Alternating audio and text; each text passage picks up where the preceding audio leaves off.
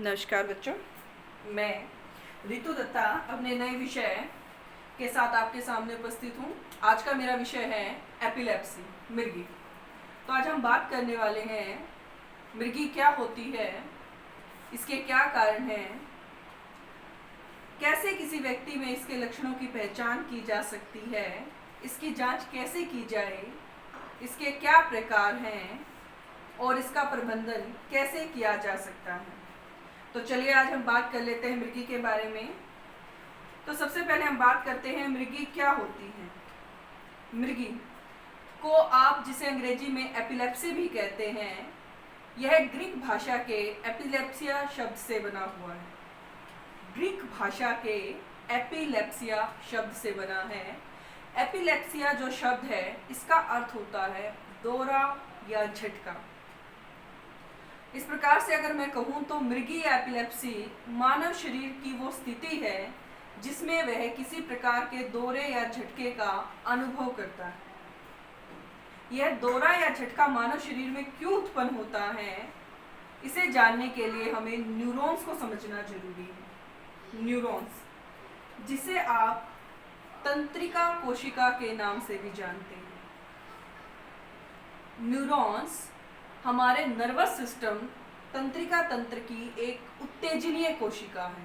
उत्तेजनीय का अर्थ होता है जब भी हम किसी वातावरण में किसी भी उद्दीपक के संपर्क में आएंगे तो हमारे जो न्यूरॉन्स हैं वो उत्तेजित हो जाते हैं, वो एक्टिवेट हो जाते हैं। जैसे आप किसी भी गर्म चीज को छूते हैं तो तुरंत आप अपना हाथ हटा लेते हैं। इस प्रकार से जो न्यूरॉन्स होते हैं वो मस्तिष्क के साथ सूचनाओं के आदान प्रदान का विश्लेषण करते हैं। थोड़ा सा इसकी संरचना के बारे में समझ लेते हैं, इसकी फंक्शनिंग कार्य के बारे में समझ लेते हैं न्यूरॉन्स की। तो बच्चों, आपने एक जब आप 10th क्लास तक भी पढ़ते हैं, आपने एक डायग्राम देखा होगा जिसमें एक कुछ कीड़े की भांति की समान की संरचना होती है। जो उसका मुंह होता है वो हमारे हथेली या हम जिसको पंजा कहते हैं, और जब अपने उंगलियों को हम खोल लेते हैं उसकी भांति दिखाई देता है। और उसकी एक लंबी सी पूंछ होती है जिसमें लास्ट में अंत में जाकर कुछ रेशे से दिखाई आपको देती है। तो इस चित्र में जो सबसे ऊपर वाला हिस्सा है जिसे मैंने पंजे की भांति बताया, इसे हम डेंड्राइट्स के नाम से जानते हैं। और जो लास्ट में मैंने पूंछ वाला हिस्सा बताया है जो रेशे की भांति होते हैं, इसे हम एक्सोन कहते हैं। मानव शरीर में न्यूरॉन एक दूसरे के साथ जुड़े न होकर इनके बीच में कुछ गैप पाया जाता है। इस गैप को हम साइनेप्टिक गैप के नाम से जानते हैं, जिसके अंदर एक रासायनिक द्रव भरा होता है जिसे हम कहते हैं न्यूरोट्रांसमीटर। चलिए हम बात कर लेते हैं इससे आगे। तो जो न्यूरॉन्स है उसे कई प्रकार से वर्गीकृत किया जा सकता है, जिसमें से एक वर्गीकरण की मैं आपके सामने बात करने जा रही हूँ, वो है कार्यों के आधार पर। कार्यों के आधार पर मुख्यतः दो प्रकार के न्यूरॉन्स हैं, सेंसरी न्यूरॉन्स तथा मोटर न्यूरॉन्स। संवेदी तंत्रिका कोशिका और गामक तंत्रिका कोशिका। आप सभी जानते हैं कि जो मानव है उसके पास 5 प्रकार की ज्ञानेंद्रियां होती है, या 5 प्रकार की ज्ञानेंद्रियों के आधार पर वह किसी भी सूचना को ग्रहण करता है। अतः हम जिस भी प्रकार के उद्दीपक के संपर्क में आते हैं उसी प्रकार की हमारी ज्ञानेंद्री उसके लिए कार्य करना प्रारंभ करती है। अब ये जो ज्ञानेंद्रियां हैं ये डायरेक्ट तो सूचनाएं नहीं पहुंचाती। सूचनाएं कौन पहुंचाता है? सूचनाएं पहुंचाते हैं न्यूरॉन्स। जब ये ज्ञानेंद्रियां उत्तेजित होती हैं तो उस समय हमारे जो हैं सेंसरी न्यूरॉन्स किसी भी सूचना को ग्रहण करने के लिए संवेदीय तंत्रिका कोशिका है वो उत्तेजित हो जाती है और वो उसी प्रकार की ज्ञानेंद्री के माध्यम से उसे ग्रहण कर उस सूचना को ब्रेन तक पहुंचाती है। जब ऐसा होता है तो इस प्रक्रिया को हम एक्शन पोटेंशियल के नाम से भी जानते हैं, यानी कि हमारे न्यूरॉन्स का एक्टिव हो जाना। इसके लिए आप कोई भी एग्जाम्पल ले सकते हैं। मान लीजिए आपने कोई खट्टी चीज खाई, जैसे ही आपकी जीवा, जो कि आपकी एक ज्ञानेंद्री है स्वाद के लिए, तो उसने उसको टच किया या उसने उसको टेस्ट किया, तो आपके ब्रेन तक ये सूचना पहुंची। जब आप पहली बारी किसी चीज को टच करते हैं या ऐसा है तो आपको स्वाद का पता नहीं होता, आप सभी जानते हैं। ये सभी प्रक्रियाएं हम जो हैं अपने अभ्यास और अनुभव के परिणाम स्वरूप सीखते हैं। तो अब मेरे पास मेरे ब्रेन में पहले से नॉलेज थी कि ये टेस्ट किस प्रकार का खट्टा है, ये इमली का खट्टापन है या नींबू का खट्टापन है। तो ये जो है मेरे न्यूरॉन्स ने जो है एक्टिव हुए और ब्रेन तक सूचना पहुंचाई कि ये चीज़ जो है खट्टी है। खट्टी होने के बाद मेरे ब्रेन ने उसके लिए एक रिस्पॉन्स दिया। ब्रेन ने कहा जो है इसका स्वाद खट्टा है, और आपका जो है चेहरे पर एक अचानक से झंझनाहट सी होती है। ये झंझनाहट आपके मोटर न्यूरॉन्स के कारण होती है। इसको मैं एक अदर एग्जांपल से आपको समझा सकती हूँ कि हमने बात की कि आपको मान लीजिए आपने किसी गर्म चीज को छुआ, तो आपकी स्किन जो आपकी स्पर्श ज्ञानेंद्री के लिए कार्य करती है, स्पर्श ज्ञानेंद्री है, तो आपके हाथ को ये नहीं पता चलता कि ये चीज गर्म है। आपके हाथ ने उस चीज को छुआ तो हमारे जो न्यूरॉन्स हैं वो एक्टिव हो गए, और न्यूरॉन्स ने ये सूचनाएं जो है कहाँ पहुंचाई, ब्रेन तक पहुंचाई। और ब्रेन ने कहा कि हाथ को हटा लीजिए वरना आपका हाथ जल जाएगा। तो आपने तुरंत अपने हाथ को पीछे हटा लिया। तो क्या हुआ, ये मोटर फंक्शनिंग हुई, गामक सेंसरी ने काम किया सूचनाओं को ब्रेन तक पहुंचाने का, और ब्रेन ने फिर काम किया, आपके न्यूरॉन्स को आदेश दिया कि आप अपना हाथ हटा लीजिए, और आपके मोटर न्यूरॉन्स ने वर्क किया और उन्होंने उसको पीछे धकेल लिया हाथ को। तो इस प्रकार से आपने समझा कि जो न्यूरॉन्स हैं वो आपके मस्तिष्क में किस प्रकार सूचनाओं का आदान प्रदान करते हैं। मस्तिष्क जो कि मानव शरीर की सबसे जटिल संरचना है और सबसे महत्वपूर्ण है, आप कह सकते हैं ये वो चालक है जो हमारे पूरे शरीर को चलाता है, कंट्रोल करता है। अगर मान लीजिए जो ये फंक्शनिंग हो रही है, ब्रेन तक सूचनाएं पहुंच रही हैं, ब्रेन उनके लिए रिस्पॉन्स कर रहा है पहचान के, अगर इसमें कुछ समय के लिए स्टॉप हो जाए, अवरुद्ध आ जाए, कोई बाधा आ जाए, तो क्या होगा?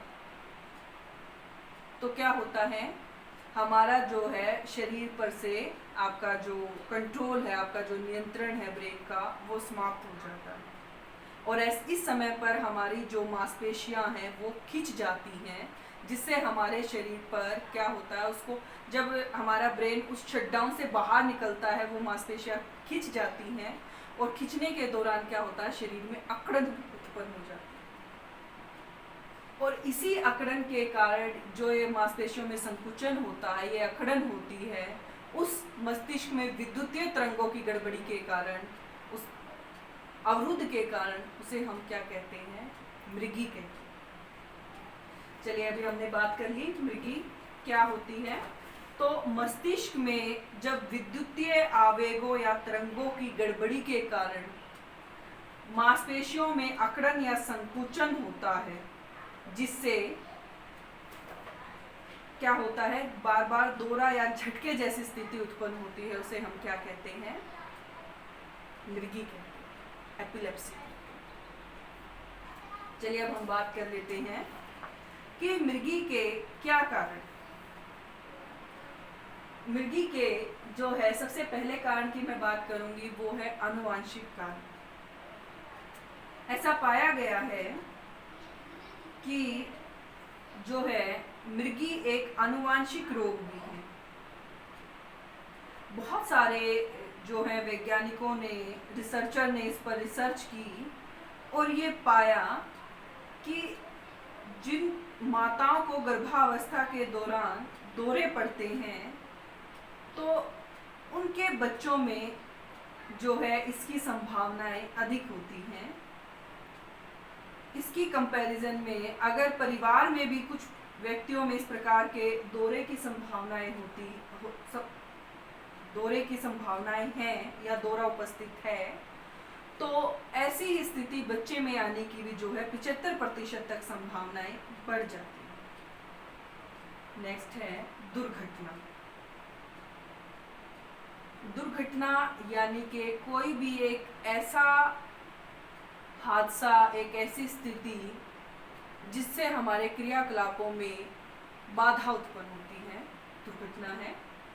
तो जन्म के समय या जन्म के बाद, जन्म के समय जैसे बच्चे के सिर पर, मस्तिष्क में औजारों का लगना या जो है ऑक्सीजन की कमी हो जाना, तो इस प्रकार से कुछ ऐसे कारण हैं, अगर बच्चे के जन्म के समय ये उपस्थित होते हैं तो भी बच्चे में या व्यक्ति में जो है मृगी के होने की संभावनाएं बढ़ जाती हैं। जन्म के बाद अनेक कारण हैं जो मृगी के लिए उत्तरदायी हैं, जिसमें हम आगे इन कारणों के बारे में बात कर रहे हैं, जिसमें एक कारण है संक्रमण या चोट। अगर मस्तिष्क में, जैसा हमने पहली वीडियो में भी बात की, जो हमारा ब्रेन है, हमारा मस्तिष्क है, वो हमारे पूरे शरीर का संचालन करता है, उसको नियंत्रित करता है, वो हमारे मानव शरीर का चालक है। अगर उसी में किसी प्रकार का संक्रमण हो जाए या कोई चोट लग जाए तो भी क्या होगा, विद्युतीय तरंगों में, आवेगों में गड़बड़ी हो जाएगी और क्या मृगी की स्थिति उत्पन्न हो सकती है। आप इसको एक मशीन के रूप में समझ सकते हैं। मान लीजिए एक मशीन है, उस मशीन का अगर कोई पुर्जा खराब हो जाता है या कोई पुर्जा घिस जाता है तो मशीन प्रॉपर तरीके से कार्य नहीं कर पाती, उसमें बीच बीच में बाधा उत्पन्न होने प्रारंभ हो जाती है और आप उसको बार बार खोल के रिपेयर करते हैं। तो इसमें हम ब्रेन को बार बार ऐसे रिपेयर तो नहीं कर सकते, बट काम तो आपने सुना भी है कि जो मानव का जो मस्तिष्क है वो एक कंप्यूटर की भांति कार्य करता है, हमारा शरीर एक मशीन की भांति है। तो ठीक उसी प्रकार जब उसके नियंत्रण में, उसके संचालन में किसी प्रकार का अवरुद्ध आएगा, चाहे वो किसी संक्रमण के कारण हो या किसी चोट के कारण हो, तो भी मृगी की स्थिति उत्पन्न हो जाएगी। ट्यूमर। ट्यूमर का अर्थ होता है गांठ। जब आपके ब्रेन में कहीं कोई क्लॉट बन जाता है, या हम कह सकते हैं ट्यूमर का अर्थ होता है अवांछनीय कोशिकाओं का बढ़ना, जिसकी आपके शरीर को जरूरत नहीं है, और शरीर ऐसी कोशिकाओं को प्रोड्यूस करना शुरू कर देता है और वो क्या करती हैं, एक जगह इकट्ठा होकर एक गांठ का रूप ले लेती है, एक क्लॉट का भी रूप ले लेती है। तो ऐसे में भी क्या होता है, हमारा जो मस्तिष्क है वो संचालन सही प्रकार से नहीं कर पाता है और उसमें जो है अवरोध उत्पन्न होने लगता है। और जब भी हमारे मस्तिष्क में किसी प्रकार का अवरोध होता है तो वो विद्युतीय तरंगों में या कोशिकाओं में तो किस स्थिति को जन्म देता है, एपिलेप्सी की स्थिति। नेक्स्ट हम बात करते हैं तनाव। मनोवैज्ञानिकों का ये मानना है कि जो है, जैसा मैं आपको एक नाम बता रही हूँ, वोल ने 1987 में जो है अध्ययन किया मृगी के जो पेशेंट्स थे, रोगी थे, और उन्होंने पाया कि जिन व्यक्तियों पे वो अध्ययन कर रहे हैं उनमें से 77% व्यक्ति ऐसे हैं जो अपने दैनिक जीवन के क्रियाकलापों से तनावग्रस्त होकर मृगी के जो है शिकार हो गए हैं, मृगी से ग्रस्त हो गए हैं, जबकि 19% व्यक्तियों में अपने कार्य या अपने व्यवसाय के कारण तनाव की स्थिति उत्पन्न हुई और वो इतनी अधिक बढ़ गई कि उसमें क्या है, जो है मृगी की जो है अवस्था आने लगी या मृगी की अवस्था आ गई। नेक्स्ट है मादक पदार्थों का सेवन।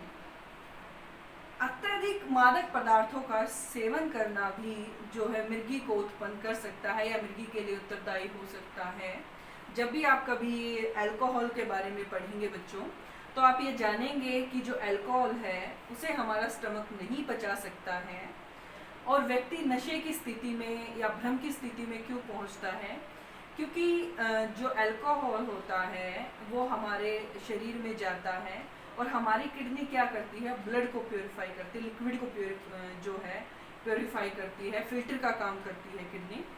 तो जो है किडनी इसको प्रॉपर तरीके से नहीं कर पाती और ब्रेन में ब्लड के साथ मिलकर वो चला जाता है और वहाँ जाकर जो है ब्रेन में एक लेयर उत्पन्न कर देता है, जिसके कारण कुछ समय के लिए व्यक्ति भ्रम की स्थिति में चला जाता है। इस प्रकार से अगर व्यक्ति बहुत ज़्यादा अल्कोहल का सेवन करता है तो ये स्थिति बढ़ जाती है और वह भ्रम अर्थात उन चीज़ों का वास्तविक रूप से प्रत्यक्षण करने में सक्षम नहीं हो पाता है, और इस प्रकार से उसकी जो है मस्तिष्क की गतिविधियां हैं वो बाधित हो जाती हैं और उसमें मृगी की जो स्थिति है वो उत्पन्न हो जाती है। नेक्स्ट है सोडियम या कैल्शियम का निम्न स्तर होना। जी हाँ, सोडियम या कैल्शियम का अगर हमारी बॉडी के अंदर जो है लेवल लो होता है, स्तर निम्न होता है, तो भी एपिलेप्सी उत्पन्न हो सकती है। अज्ञात कारण, कुछ कारण ऐसे भी हैं जिनके बारे में अभी तक पूरी तरह से नहीं जाना गया है कि वो क्या है, अर्थात इन उपरोक्त कारणों के न होने की स्थिति में भी व्यक्ति में जब मृगी की अवस्था पाई जाती है, मृगी की स्थिति पाई जाती है, तो ऐसे कारणों को हम अज्ञात कारण कहते हैं जिनके बारे में अभी तक पूरी तरह से स्पष्ट नहीं किया गया है। चलिए बच्चों, आगे हम बात कर लेते हैं वर्गीकरण के बारे में।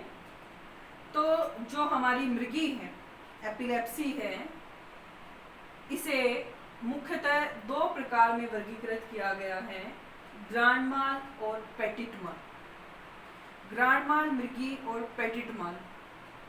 ग्रांड माल इसको 4 भागों में और पेटिट माल को 2 भागों में वर्गीकृत किया गया है। ग्रांड माल को समझने के लिए आपको इसे याद करना ATCC, at CC। A aura, T tonic, C clonic और C कोमा।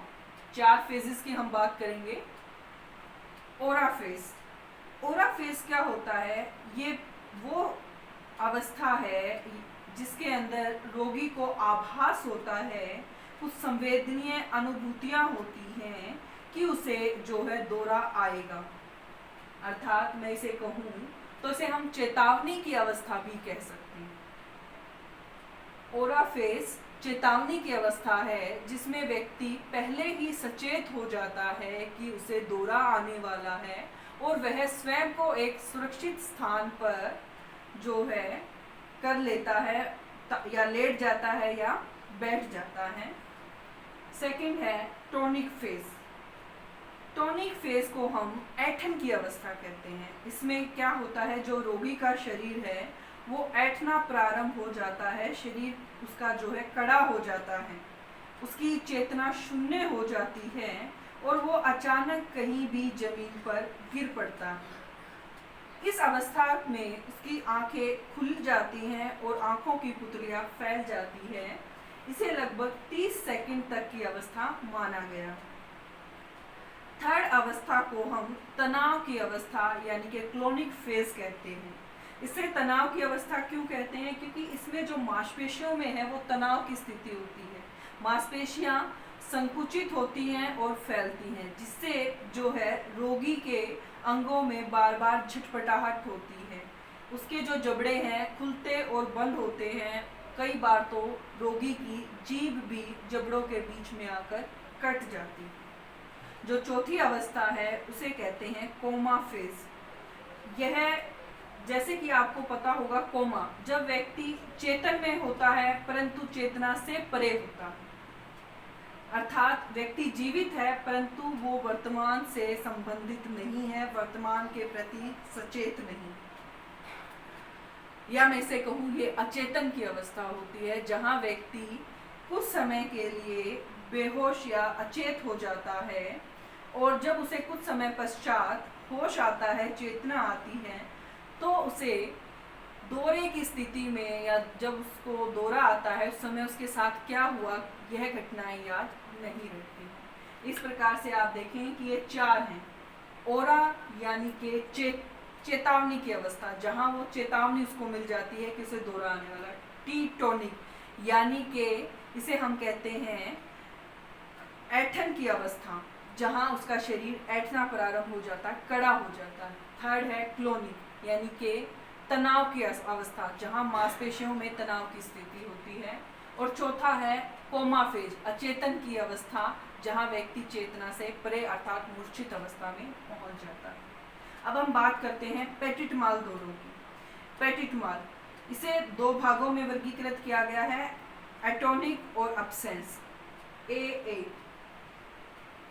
जो अब्सेंस होता है, इसके अब्सेंस यानी कि अनुपस्थित, इसमें जो दौरे की अवधि होती है, जो दौरे का समय होता है, वो इतना कम होता है कि व्यक्ति को उसका आभास मात्र ही होता है, अर्थात उसे कुछ खास परेशानी नहीं होती। उसे लगता है कि कुछ हुआ, कुछ सेकंड के लिए उसका जो ब्रेन है वो शून्य हो जाता है, परंतु यह समय इतना कम होता है कि वह इसे सही तरह से भी पहचान नहीं पाता। सेकंड है अटोनिक। अटोनिक का मतलब है एक टक, कि इसमें जो व्यक्ति है उसकी आंखों की पुतलियां या जो आंखें हैं वो कुछ क्षण के लिए एक जगह ठहर जाती हैं, वह एक तरफ लगातार देखता है और पुनः ही कुछ सेकंड बाद अपने काम में लौट आता है, अपना काम सुचारू रूप से करना प्रारंभ कर देता है। तो इस प्रकार से आपने इसमें देखा दो, अब्सेंस यानी कि अनुपस्थिति, दौरे की जो समय अवधि होती है वो इतना कम होता है कि उसे पता ही नहीं चलता, वो अब्सेंस के बराबर यानी कि अनुपस्थित के बराबर की मात्रा में दौरा होता है। जबकि एटोनिक में वह कुछ क्षणों के लिए एक ही तरफ देखता है और पुनः जो है कुछ सेकंड पश्चात अपना कार्य सुचारू रूप से करने लगता है। इसके अतिरिक्त भी हम 4 प्रकार के अन्य दौरों की बात करेंगे, जिसमें है पहला है मांसपेशीय दौरा। मांसपेशीय दौरा यानी कि मांसपेशियों के अंदर जो है झटका महसूस होना।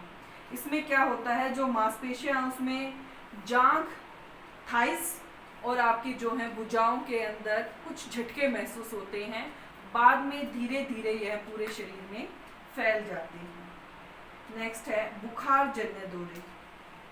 यह जो दौरा है प्राय 5 वर्ष की आयु के बच्चों में होता है और बुखार आने की स्थिति पर ही होता है। यदि उस अवस्था में इस पर नियंत्रण कर लिया जाए, बुखार पर नियंत्रण कर लिया जाए, तो बाद की अवस्था में यह अपने आप समाप्त हो जाता है। नेक्स्ट है जैक्सोनियन।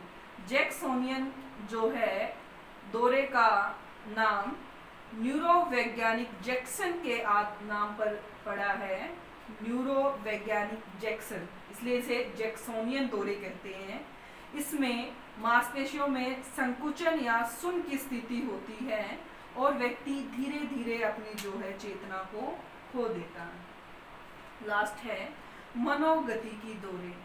मनोगतिकी दौरे व्यक्ति में संवेदी संबंधी गड़बड़ियों के कारण उत्पन्न होते हैं और इस अवस्था में व्यक्ति में आंशिक चेतना मौजूद होती है और वह दौरे की स्थिति में भी अपना कार्य करता रहता है।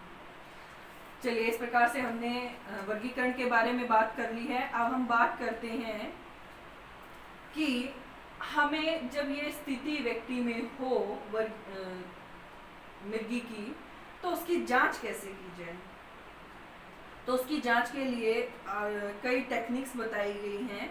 हम रक्त की जांच के द्वारा भी इसका पता लगा सकते हैं, यूरिन की जांच के द्वारा भी इसका पता लगाया जा सकता है, EEG इलेक्ट्रोएमियोग्राफी के द्वारा भी इसका पता लगाया जा सकता है, ECG इलेक्ट्रोकार्डियोग्राफी के द्वारा भी इसका पता लगाया जा सकता है, CT स्कैन तथा MRI आदि टेक्निक्स का उपयोग करते हुए हम मिर्गी की जांच कर सकते हैं।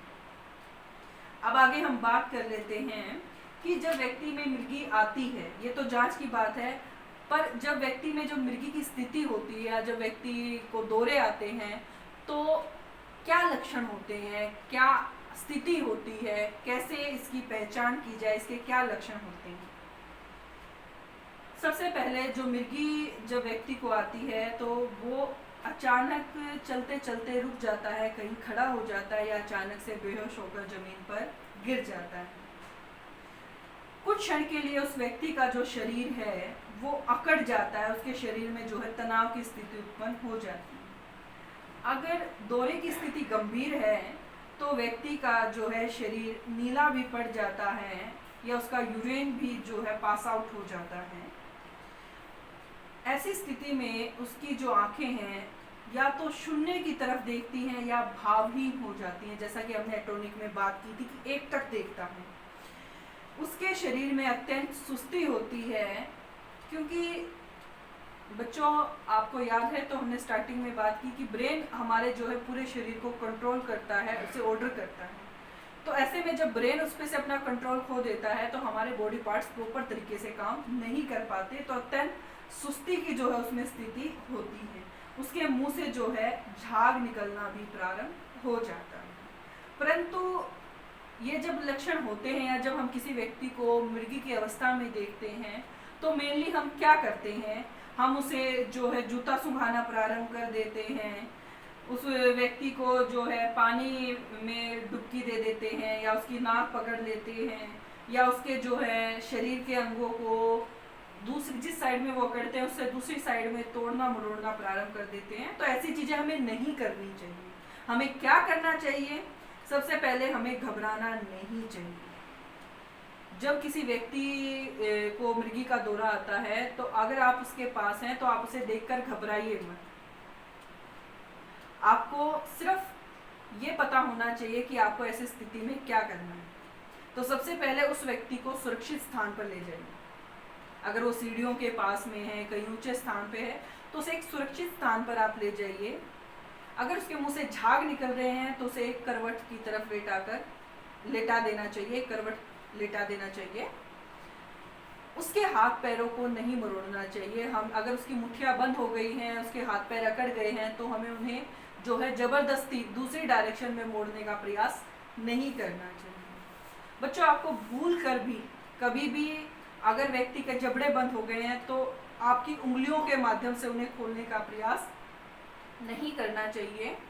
अगर जबड़े पूरी तरह से बंद नहीं हुए हैं या स्टार्टिंग की अवस्था है, जबड़े बंद होने वाले हैं, आपको लग रहा है, तो ऐसे में आप किसी कॉटन के कपड़े का प्रयोग करके या किसी लकड़ी की चीज का प्रयोग करके हुए, आपको लोहे की चीज या नुकीली चीजों का प्रयोग नहीं करना है क्योंकि वो उस व्यक्ति के मुंह में लग सकते हैं। तो मोस्टली आप कपड़े का प्रयोग कर सकते हैं।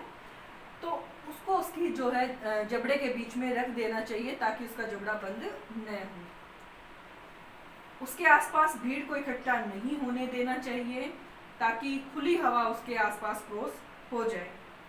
और अगर बहुत लंबे समय की अवधि है, बहुत लंबे समय तक ये दौरा चलता है, तो हमें मरीज को जो है, रोगी को जो है, तुरंत हॉस्पिटल ले जाना चाहिए, उसे तुरंत चिकित्सीय सहायता देनी चाहिए। चलिए आगे हम बात करते हैं इसके प्रबंधन के बारे में। जो है मृगी का प्रबंधन कैसे किया जाए। यदि किसी व्यक्ति में मृगी के दौरे या झटके उपस्थित हैं तो हमें उसके प्रबंधन के लिए मेनली 4 एरियाज में बात करते हैं। सबसे पहले हम बात करते हैं औषधीय उपचार की। मृगी कोई एक ऐसी बीमारी नहीं है जो लाइलाज है, जिसका कोई इलाज संभव नहीं है। औषधीय उपचार के अंतर्गत निरंतर दवाओं के उपयोग के माध्यम से इसे समाप्त या नियंत्रित किया जा सकता है। परंतु आप ये याद रखिए बच्चे कि जो है इसका उपयोग, जो दवाइयाँ दी जाती हैं वो लगभग 2.5 से 3 वर्ष के लिए दी जाती हैं। अगर बीच में किसी भी प्रकार का दवाई लेने में कोई भी अवरोध होता है, कोई भी भूल होती है, तो ये हमारा जो पूरा कोर्स है वो फेल हो जाता है और हमें पुनः इस कोर्स को प्रारंभ करना पड़ता है। अतः औषधीय उपचार जब उसको दिया जाता है तो उसकी मृगी के अनुरूप अनेक प्रकार की मेडिसिन का प्रयोग किया जाता है। हमें खुद कहीं से पढ़कर इन मेडिसिन को नहीं लेना है, डॉक्टर की सलाह के द्वारा, चिकित्सक की सलाह के द्वारा ही उन मेडिसिन को लेना है और उसे भी निरंतर टाइम टू टाइम लेने से ही इसका इलाज संभव हो सकता है। शल्य चिकित्सा यानी कि सर्जरी। यदि हमारे ब्रेन में किसी प्रकार का संक्रमण है, कोई चोट लग गई है, कोई क्लॉट है, तो ऐसे में जो है शल्य उपचार के माध्यम से भी उसके इन दौरों का इलाज किया जा सकता है। नेक्स्ट है सामाजिक प्रोत्साहन। जैसे कि हमने इसके कारणों में बात की कि तनाव या अज्ञात कारण या मादक पदार्थों का सेवन। देखिए, जब व्यक्ति तनाव की स्थिति में होता है तो ऐसे में क्या होता है, वो सामाजिक रूप से पिछड़ना प्रारंभ कर देता है। हर तरफ से उसे नकारात्मकता का सामना करना पड़ता है। तो कोई भी व्यक्ति अगर किसी भी प्रकार की समस्या से जूझ रहा है और उसे उस समय पर अगर सकारात्मक वातावरण, एक सोशल रिइंफोर्समेंट प्रदान कर दी जाए तो वह उसके लिए जो है बहुत ही तीव्र गति से पॉजिटिव रिजल्ट लाने के लिए उत्तरदायी हो सकते हैं। तो हमें ऐसे व्यक्तियों को समाज से अलग नहीं करना चाहिए, उनसे दूर नहीं होना चाहिए ये सोचकर कि वह मृगी से ग्रस्त है, अपितु हमें उनका सामाजिक प्रोत्साहन करना चाहिए, सामाजिक गतिविधियों में उनकी भागीदारी को सुनिश्चित करना चाहिए। इसके अतिरिक्त है परामर्श। बहुत सारे व्यक्तियों में मृगी की जो अवस्था है या रोग को लेकर बहुत सारी भ्रांतियां होती हैं। मैं ठीक नहीं होऊंगा, या मुझे ये रोग हो गया है, लोग मुझे नहीं अपनाएंगे, इसके कारण मुझे इस प्रकार की समस्याएं का सामना करना पड़ेगा, मुझे व्यवसाय प्रॉपर तरीके से मैं नहीं कर पाऊंगा, कौन मुझसे शादी करेगा, कौन मुझे पढ़ाएगा, कोई पढ़ाई में भी मुझे एडमिशन नहीं मिलेगा। तो इस प्रकार से उसकी इन समस्याओं का निदान करने के लिए, मृगी के स्वरूप को समझने, उसके इलाज के लिए, इन सभी कार्यों के लिए जो है उसे परामर्श की आवश्यकता पड़ती है। तो इसी के साथ हम अपना जो है ये विषय जो है समाप्त करते हैं। नेक्स्ट वीडियो में हम नेक्स्ट टॉपिक के साथ बात करेंगे। Thank you.